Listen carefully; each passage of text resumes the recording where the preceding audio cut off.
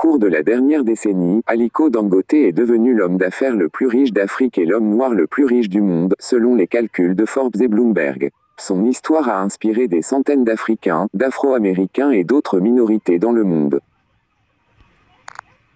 Selon Forbes et Bloomberg, Dangote a une valeur nette de 13,5 milliards de dollars. Il gagne son argent en grande partie grâce à Dangote Cement, l'une des marques les plus réussies et les plus reconnaissables d'Afrique. Son usine de ciment a la capacité de produire 48,6 millions de tonnes métriques par an et est présente dans 10 pays d'Afrique.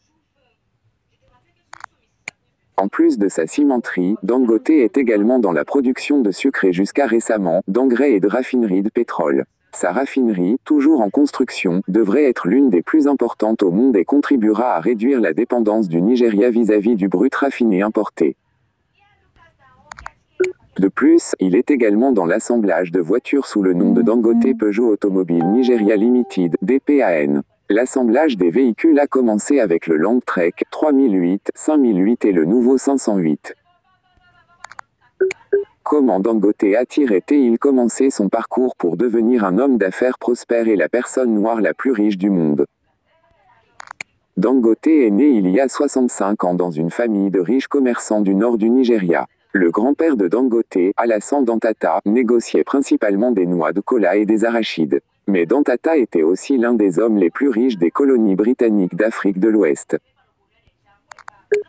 Mon arrière-grand-père était un commerçant de noix de cola et l'homme le plus riche d'Afrique de l'Ouest au moment de sa mort, a-t-il déclaré à Time Magazine lors d'un forum économique mondial. Mon père était un homme d'affaires et un politicien. En fait, j'ai été élevé par mon grand-père. C'est traditionnel dans ma culture que les grands-parents prennent le premier petit enfant et l'élèvent. J'avais beaucoup d'amour et cela m'a donné beaucoup de confiance.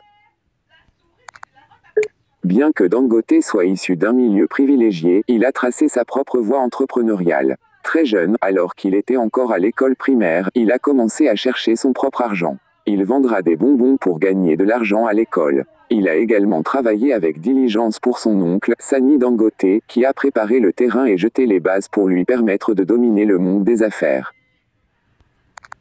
Je me souviens quand j'étais à l'école primaire, j'allais acheter des cartons de bonbons, et je commençais à les vendre juste pour gagner de l'argent. J'étais tellement intéressé par les affaires, même à cette époque, a-t-il déclaré. Peu de temps après avoir obtenu son diplôme en études commerciales et en administration à l'université Al-Azhar en Égypte, l'une des plus grandes universités islamiques, il a approché son oncle pour obtenir un prêt afin de démarrer une entreprise. Son oncle lui a finalement accordé un prêt de 3 000 $ pour commencer à importer et à vendre des produits agricoles au Nigeria. Il faisait le commerce du sucre, du riz, des pâtes, du sel, du coton, du millet, du cacao, du textile et de l'huile végétale de Thaïlande et du Brésil. Son entreprise est devenue un succès instantané et en 3 mois, il a remboursé le prêt qu'il avait contracté auprès de son oncle. En 1973, il s'est aventuré dans l'industrie du ciment, achetant dans des camions et revendant à d'autres à profit.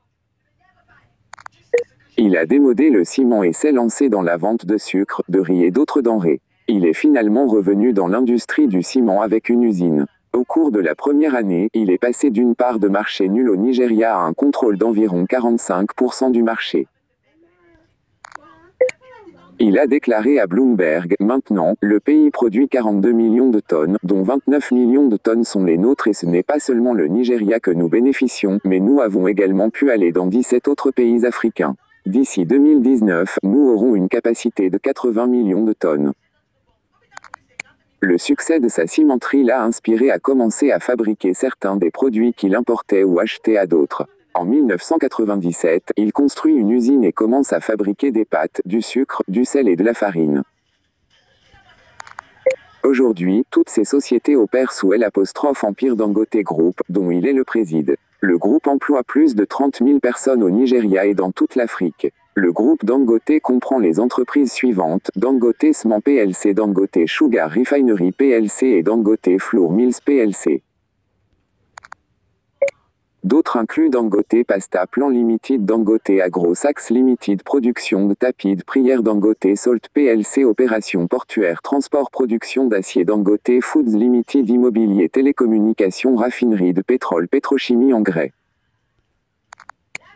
L'ascension de Dangote pour devenir l'un des entrepreneurs les plus puissants et les plus prospères d'Afrique et du monde en général montre le potentiel de la jeunesse africaine à réussir dans le domaine de l'entrepreneuriat et dans toute entreprise, compte tenu de l'environnement propice nécessaire qui fait souvent défaut. Les opinions